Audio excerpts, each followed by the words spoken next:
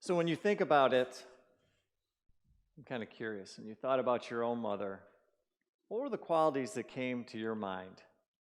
And you can just share with us your thoughts. Anything in particular when you think about your mom? Susan. Unconditional love. Love it. Strength. Gentleness.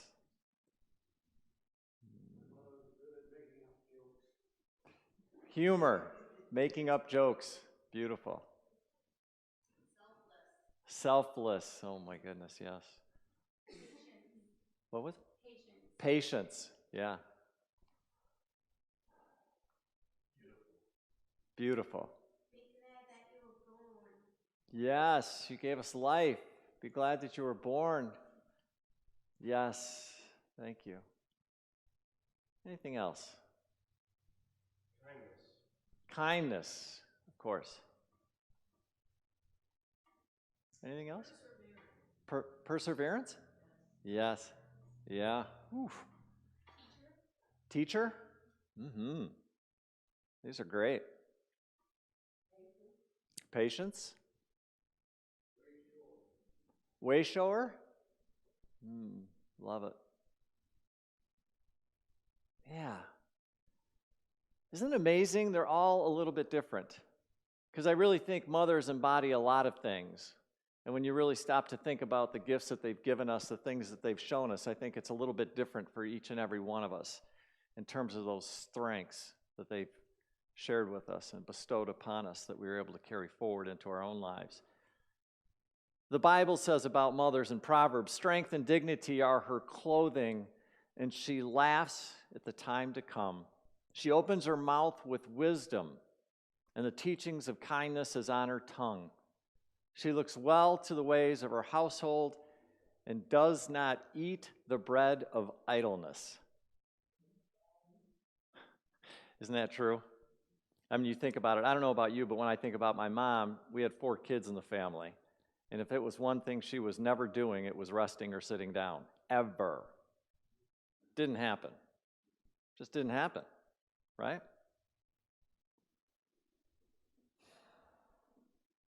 As I started to contemplate Mother's Day, I started thinking about a lot of things. Of course, I thought about my mother who's passed, and of course, I thought about all the mothers that are here, and even the people that have these motherly qualities that weren't necessarily mothers. I think they're all important. But I also had the stirring inside of me that said, Mike, it's not just that. It encompasses so much more.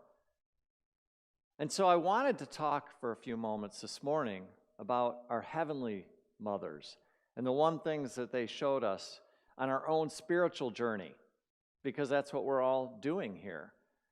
Is, to me, part of this thing was the spiritual journey that we're all on, and how does it plug in to our own path?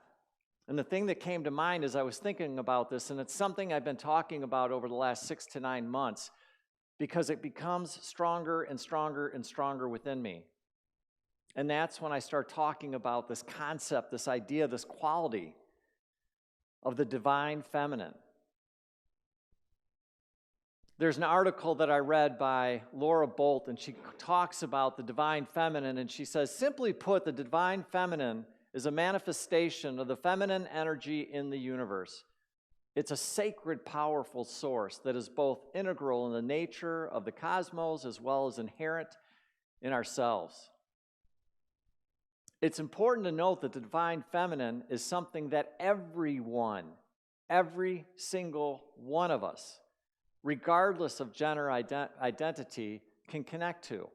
In other words, we all have access to this divine feminine energy. We all do. And I don't know about you, but when I look at certain teachers like Jesus, to me, there was an amazing balance of the divine feminine and the divine masculine.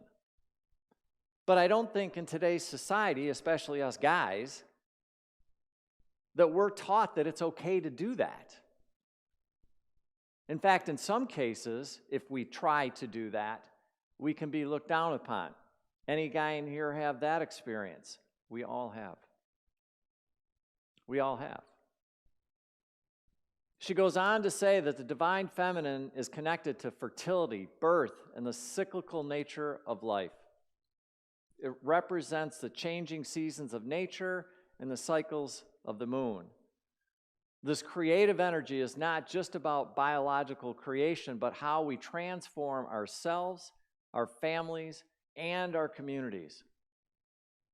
It's the ability to appreciate the beauty of the universe and the strength to weather its changes. In other words, there's strength and there's power in the divine feminine. And I don't think it gets enough credit for that.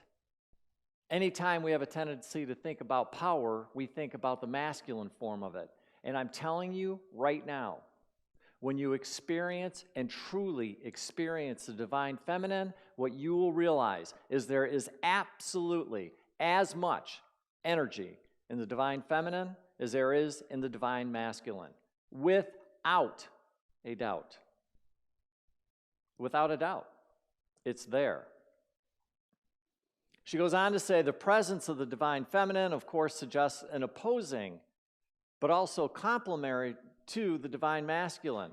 The relationship between the two could sometimes be considered a battle between the head and the heart. The divine masculine represents reason and logic and the analytical thinking, while the divine feminine is more attuned to the intuition, subtlety, creativity, and the emotional inner worlds. The divine masculine looks more on the outside world, representing conquering the physical world, while the divine feminine is more concerned with the inner space, tapping into this inner space. Divine masculine, action and assertion versus contemplation and going within. While the divine masculine tends to take charge and act alone, the divine feminine is more open to collaboration and communication. Isn't it interesting that you can see how there's a balance within all of that? When you really think about it, you really can have this beautiful, amazing balance between the two of them. And I just think about you looking out in society today, clearly more of a masculine presence. And in my mind, in order for us to heal, in order for us to come back into balance, we're going to be needing more of the divine masculine. So much more. So much more. Right? Anybody ever hear of Sadhguru? Anybody follow Sadhguru? He's an amazing Indian teacher these days. Really, really funny. He's got this big bushy beard and he likes to ride around on motorcycles, and he's profound. Really beautiful teachings. He says what we refer to as feminine is a passage. And notice when he says that, he doesn't just say it's a passage just for the women. He says it's a passage for everyone. It's an access. It's a dimension of insightfulness and intuition. Establishing and seeing and pursuing the divine in its feminine form has been a universal process across the planet. Folks, I'm telling you, in case you don't know, we are going from a divine masculine energy and we're shifting over into a divine feminine, coming more into balance than ever. That's where we're going. That's where we're going. Right? He says every culture at some point had a divine feminine worship. Think about that. A divine feminine worship. In other words, every other culture, and I hate to say it, but I'm going to, that in the Christian tradition, there's not a lot of divine feminine worship. There's not. The stories that are told in the Bible are very, very, very few compared to all the masculinity in there. Some would say that's very intentional. But what you notice is there's given very little credit to the divine feminine. Very little. And yet, I'm telling you, as you study it and as you start to experience, you are going to realize without those women, this place does not exist. Does not. They were as much of a part of the creation of everything that we're seeing as anything else.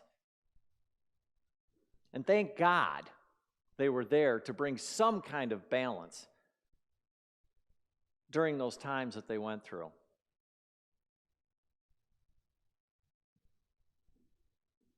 He goes on to say that we're called to integrate our masculine and feminine sides in order to bring forth the fullness of our humanness. Our fullness of our humanness. Leaning too much on one of the other creates and communicates imbalance, thereby contributing to a world that seems a little bit off kilter. Where have I seen that lately? Right? So again, there's this talk, there's this balancing between the both of them, divine masculine, divine feminine. And without the balance between the two, I think there's a loss on an individual basis as well as a collective basis. I don't think you do and you see what we really are meant to experience down here without them, without that balance, right? I mean, look around. In my opinion, I look around and I think we're living in a very toxic masculine society. I'm not judging that. I'm just saying, my observation of it. Whole lot of masculinity going on. Whole lot. Right? And then I even look at my own life. Well, where is it showing up in your own life, Mike? Where are you showing up where you're not tuning in, where you're not paying attention, where you're not listening, where you're not showing compassion, when you're not showing forgiveness? Do you have any of those moments? And the answer to the question, honestly, is yes. Try not to. Try not to, but sometimes yes. The biggest thing I've noticed lately as I start to pay more and more attention to it, it's a feeling when the divine feminine is missing. In other words, I can really tell when I'm switching more into the divine masculine versus the divine feminine. It makes a huge difference in the way that I'm feeling. And in my opinion, we can solve a lot of the problems individually and collectively by balancing the two. As I contemplated this more, I wanted to get some examples of actual physical women who represented to me the epitome of the divine feminine. And of course, the one that came to mind was Mother Mary, the mother of Jesus. She came down here, and in my opinion, she does not get nearly the credit that she deserves. Because what a lot of people don't know is you study her, and I mean really study her, get out of some information, tune into some other information that's out there, and there is a lot of information about Mother Mary. You would understand that she was pretty amazing. She was pretty incredible. In fact, some of the information says by the time she was 4 years old, she knew that she was destined to be the mother of our Savior. By the time she was 4. She realized and she started studying and becoming the vessel in order for her to give birth to the Savior Jesus. So I would say she had some spiritual chops. And yet we don't hear very much about that in the Bible. I mean, even though she was visited by angels and told that she was going to have a son and. And by the way, she was very young when that happened. Very young, right? Metaphysically, Mother Mary represents the divine motherhood of love. She transcends all religions and is prayed to universally more than any other woman in the history of this planet. In fact, one of the things I was reading saying at any given moment, there's 10 million people that are praying to her constantly. Doesn't matter what time, day or night, 10 million people are praying to Mother Mary. That's mind-blowing. Talk about power, right? Her impact has been incredible. As I was researching and trying to come up with a story in the Bible that represented her, I came by one that I don't know. I don't think it's that great, but it made me laugh. So, how many know about the story about Jesus and making wine out of water? I think a lot of us do that have studied the Bible. But what you may not remember is, why did he do it? Everybody says, well, because he was at a wedding and they ran out of wine, right? Not exactly. I mean, kinda. Ultimately, yeah, he did make the wine out of the water, or wine out of the water, right? He did that. But you know what started it? Because he wasn't going to do it. His mom. They're hanging out at this party. Everybody's having a good time. They run out of wine. Mary looks around and goes, man, we're out of wine. Hey, Jesus, take care of that, would you? And Jesus even says, hey, really? And she said, yeah, really. Take care of it. That's what happened. So even though Jesus is a master at that point in time, Mom is still there going, hey, kid, we need something. Take care of that for us, will you? And the rest is what the rest is. By the way, do you know it wasn't just a little bit of wine? It was 7 containers that contained from 20 to 25 gallons. He made a lot of wine. Must have been one heck of a party.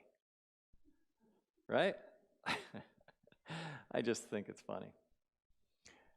So, over the last couple of weeks, I mentioned that just like Mother Mary, just like Jesus, I mentioned that Jesus, in my opinion, still keeps talking to us in so many different ways. Well, Mother Mary does too. In fact, if you really start to study her, you'll understand that how many times has she been seen. Last count, the Catholic Church has acknowledged that she's been seen, the Catholic Church said this, 386 times in the last 100 years that they can count. 386 times. Some of the famous ones are in Lourdes, France, where she came, but there's several other, if you look at them. There's apparently something that had, and I was trying to find it, but apparently back in the 70s, she showed up in Jerusalem for like 3 weeks and didn't go anywhere, and showed up every single day, and she was there, hanging out, all documented, all there. She's still here. She's still talking. She's still letting us know that she's available for us in this loving, divine presence. And like I said, she's been channeled. How many people have read or are into the Sophia Code? It's a beautiful, beautiful, beautiful book. You talk about the divine feminine and your own spiritual journey and awakening. It is an amazing document. Amazing. She is one of the masters that come through in that book. And I'm just going to share with you a little bit out of that book as she talks. She says, my divine feminine Christ embodiment transcends the boundaries of religion, indigenous traditions, and modern spirituality. Across the earth, I am recognizable and a trusted central figure for seemingly different spiritual pathways that lead to one source. In other words, she embodies this quality that allows us to look past everything and just looks at what? Our oneness, our connection with each other, where we don't get hung up in our head and all the things that want to tell us that we're different. She's able to bypass that. She's able to go through it, right? She says, as an ascended master teacher, I'm mentoring humanity in how these many spiritual intersect beyond all seeming differences with the one sacred heart of the Christ consciousness. In the book, they call it the Sophia consciousness. This divine, feminine Christ consciousness. That's what she's doing. Helping all of us. All of us. I'm going to read something in that book, and I would like you just to feel this for a minute. I don't care what that means for you, whether you got to close your eyes, what you have to do, but I just want you to feel this. She says, my divine love is practical, tender, and sweet, and tough enough to reflect the authentic support that you need in every present moment. For those of you who need a mother or a best friend that you've never had, I am here to joyfully embody those roles for you and help you heal unresolved wounds. I also awaken the inner mother and best friend within you. Support the emotional growth of these important relationships within yourself. My guiding light presence shifts your perspective from being a powerless bystander in life or even a victim in life to that of a sovereign co-creator with your higher self. That's Mother Mary. What an amazing, incredible, beautiful expression of the divine that's still here for each and every one of us, should we decide that we would like to have her be a part of our life. In prayer, in thought, in meditation, she's very, very, very much still here and still present. How fun is that, right? And of course, when I think about the divine feminine, how can I not think about our beloved Myrtle Fillmore. You think about this. When I think about her story, it still blows my mind that it took her one time of hearing a spiritual truth and principle, and that's all it took for her to be able to take it in and basically heal herself of tuberculosis. The one thought, I am a child of God and therefore I don't inherit sickness, transformed her life, and then she basically started a worldwide movement called Unity. And don't forget, folks, it wasn't Charles who started this movement. It was Myrtle. They were both doing it together, but Myrtle caught on fire first. Charles kind of sat back, watched, and was like, man, I better get going. And that's really what happened. It was Myrtle who came first. I'm really connected to her. Actually, much more than I am Charles as I continue to study and understand it, just because I respect what she did. It was amazing. It's not that I don't respect Charles, I'm just saying that I really resonate with Myrtle a lot more. In the book, How to Let God Help You, Myrtle says, as you really understand God, you'll learn to drop all thoughts and feelings contrary to good. God is the one presence and the one power, the good, omnipotent. Anybody ever hear that before? I really hope so. It's the first of the 5 unity principles. It came from Myrtle. The very first one came from Myrtle. Right? And within 1 or 2 sentences, as I was researching this, all of a sudden I realized she goes on to explain the entire process of awakening. And I want you to hear this because it's so simple and yet it's so profound. So long as there is in your subconscious mind memory and habits of thinking that which does not resonate with truth, which is God, good, the only presence and power in all and through all. I'm going to read that again. God, good, the only presence and power in all and through all. So as long as those thoughts that don't resonate with that are still going on, you will keep meeting them in some form or another. What does that mean? It means it's stuff that's showing up in your life that's not clicking. It's not happening. There may be resistance. There may be frustration. There may be anger. As long as those things are showing up in your life, really what she's saying, if you're paying attention, is pay attention. There's a reason the stuff is showing up in your life over and over and over again. You know what it's for? To remember who you are and let you know there is a process where you can move through it. But you have to pay attention.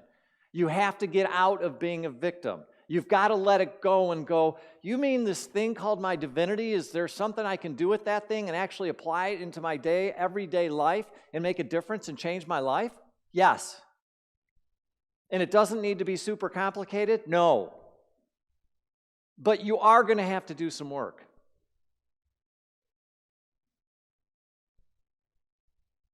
That's the deal.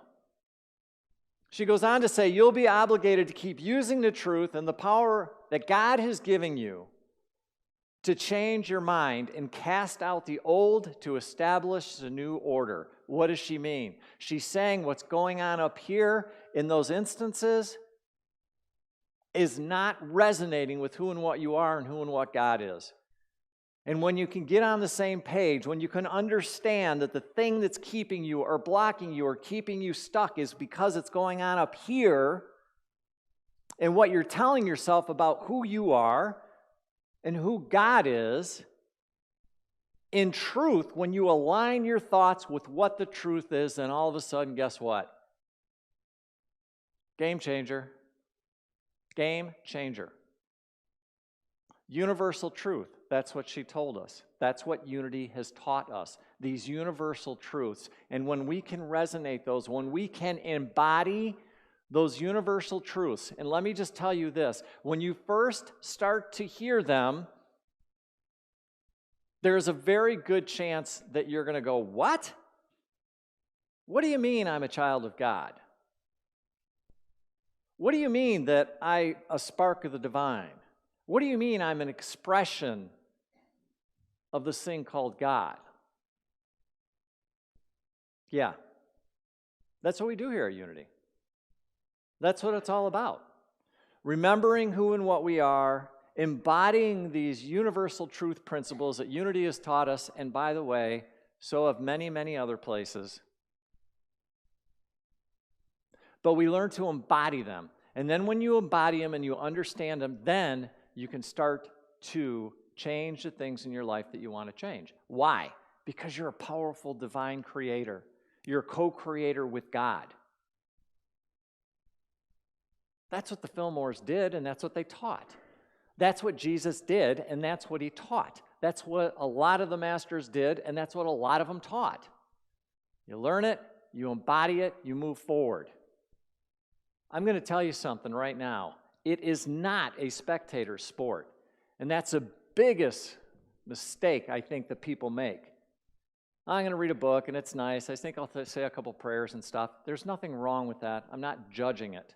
But when you really understand your own spiritual journey, your own spiritual awakening, you'll understand that you play a role in it, and it's your responsibility to step back into it and understand, yeah, there's some stuff I got to clean out. That's okay. It's part of the process. We all do. Me included, by the way. Right? And then you go through, you clean it out, and then you start working on yourself. And you start realizing where these subconscious patterns that are hurting you, that are limiting you, that are keeping you stuck. You start cleaning that stuff out. And as you clean it, you start to rise, and your vibration starts to go higher and higher and higher and higher. And then all of a sudden, the next thing you know, you're meeting different people, you're having different conversations, you're listening to different books and radio programs, your life starts to change. And then all of a sudden, it's like, oh my God, this is incredible and this is amazing, which is exactly what the promise was. The promise wasn't come down here and suffer. Don't let anybody tell you that that's what you're here to do. We are not here to suffer. That is something that has been handed down to us from generation to generation to generation for hundreds and thousands of years, and it's garbage. Absolute garbage. That is never what God meant us to do. Ever.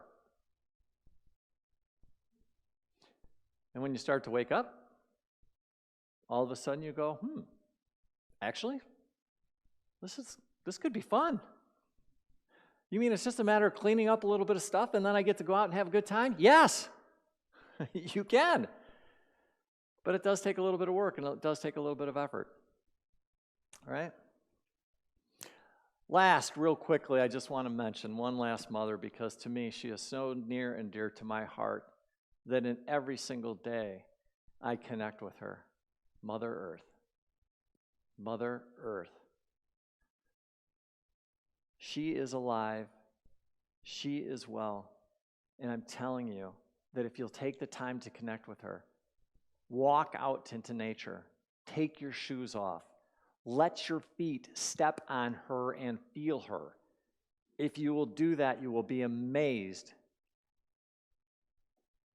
because she'll connect with you. She will talk with you.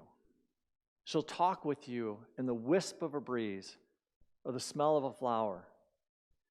Yesterday was amazing. I had a few minutes to spend on our new property, and life is happening.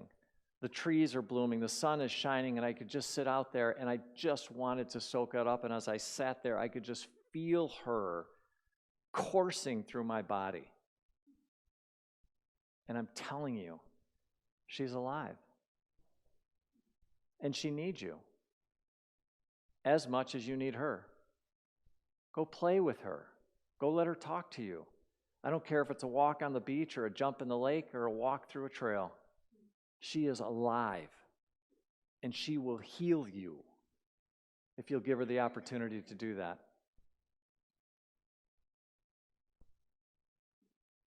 So this divine feminine, the mothers, there's so much to celebrate today, so much.